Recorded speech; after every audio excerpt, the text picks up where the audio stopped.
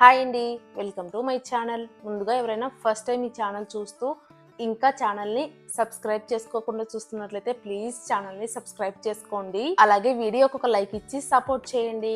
ఇంకా ఇవాళ వీడియోలో అయితే పర్ఫెక్ట్ కొలతలతో బెల్లంతో అల్లం టీ ఎలా పెట్టుకోవాలో చూపిస్తానండి. ఈ వీడియో అయితే ఆల్రెడీ వంటలలో ఎక్స్పర్ట్ అయిన వాళ్ళ కోసం అయితే కాదండి, కొత్తగా పెళ్ళయి ఇప్పుడిప్పుడే వంటలు నేర్చుకుంటున్న వాళ్ళ కోసం. కొత్తగా పెళ్ళైన వాళ్ళు అత్తవారింటికి వెళ్ళినప్పుడు ఎవరైనా ఇంటికి వచ్చారంటే టీ పెట్టిమని అడుగుతారు. సో అలాంటి వాళ్ళు ఇలా టీ పెట్టివ్వండి. వచ్చిన వాళ్ళు తాగిన తర్వాత ఫిదా అయిపోవాల్సిందే, అంత టేస్టీగా ఉంటుంది అనమాట. బెల్లంతో పాలు విరిగిపోకుండా పర్ఫెక్ట్గా ఎలా పెట్టుకోవాలనేది కూడా చూపిస్తానండి. వీడియోనైతే స్కిప్ చేయకుండా చివరి వరకు చూడండి. ఇక్కడ టీని చూడంగానే ఎప్పుడెప్పుడు తాగేద్దామని ఉంది కదా. ఈ వీడియో చూసాక మీరు కూడా ట్రై చేసి ఈ చల్లటి వాతావరణంలో వేడి వేడిగా ఒక కప్పు టీ తాగండి. ఉన్న టెన్షన్ మొత్తం పోయి మైండ్ మొత్తం రిలాక్స్ అవుతుంది. ఫస్ట్ టీ పెట్టుకోవడం కోసం స్టవ్ పైన ఒక గిన్నె పెట్టుకొని అందులోకి ఒక చిన్న టీ గ్లాస్ పైన నీళ్ళు అయితే వేసుకోండి. ఇక్కడ నేను జస్ట్ ఇద్దరికి మాత్రమే టీ పెడుతున్నానండి.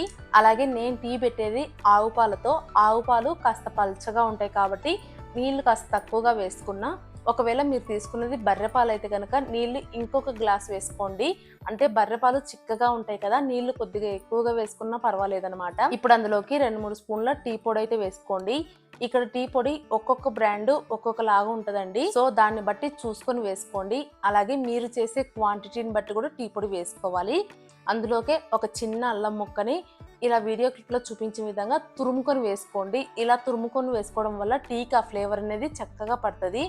అలాగే 4-5 యాలక్కాయలను కూడా మెత్తగా దంచుకొని వేసుకోవాలి. ఇంకా ఒక లవంగాయ కూడా వేసుకోండి, ఫ్లేవర్ చాలా బాగుంటుంది. అలా టీ పొడిని కాసేపు ఉడకనిచ్చిన తర్వాత ఇప్పుడు అందులోకి కావాల్సినన్ని పాలైతే వేసుకోండి. ఇక్కడ నేనైతే 2 కప్పులు మాత్రమే పెడుతున్నాను కాబట్టి టీ గ్లాస్తో 2.5 కప్పులు అయితే వేసుకున్నానండి. పాలు వేసిన తర్వాత మంటని సిమ్లో పెట్టేసి పాలని ఒక 2-3 పొంగులు రానివ్వాలి. పాలు టీ పొడిలో ఎంత బాగా ఉడికితే టీ టేస్ట్ అనేది అంత బాగుంటుంది అనమాట, లేదంటే పాల వాసన వస్తుంది. ఇలా ఒక 2-3 పొంగులు వచ్చిన తర్వాత ఇప్పుడు అందులోకి బెల్లం వేసుకోవాలి. బెల్లం రకరకాలుగా ఉంటుందండి.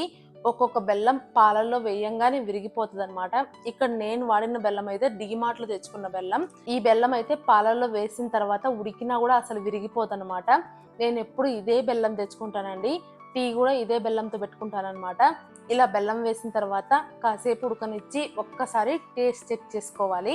ఒకవేళ స్వీట్ సరిపోయింటే కనుక స్టవ్ ఆఫ్ చేసేసి ఫస్ట్ ఇలా ఒక పెద్ద గ్లాస్లోకి వడగట్టుకోండి. ఆ తర్వాత మీరు ఏ కప్లో అయితే సర్వ్ చేయాలనుకుంటున్నారో ఆ కప్లోకి ఇలా వీడియో క్లిప్లో చూపించిన విధంగా గ్లాస్ని కాస్త పైకి పెట్టి పోస్తున్నారంటే నురగలాగా వస్తుంది అనమాట.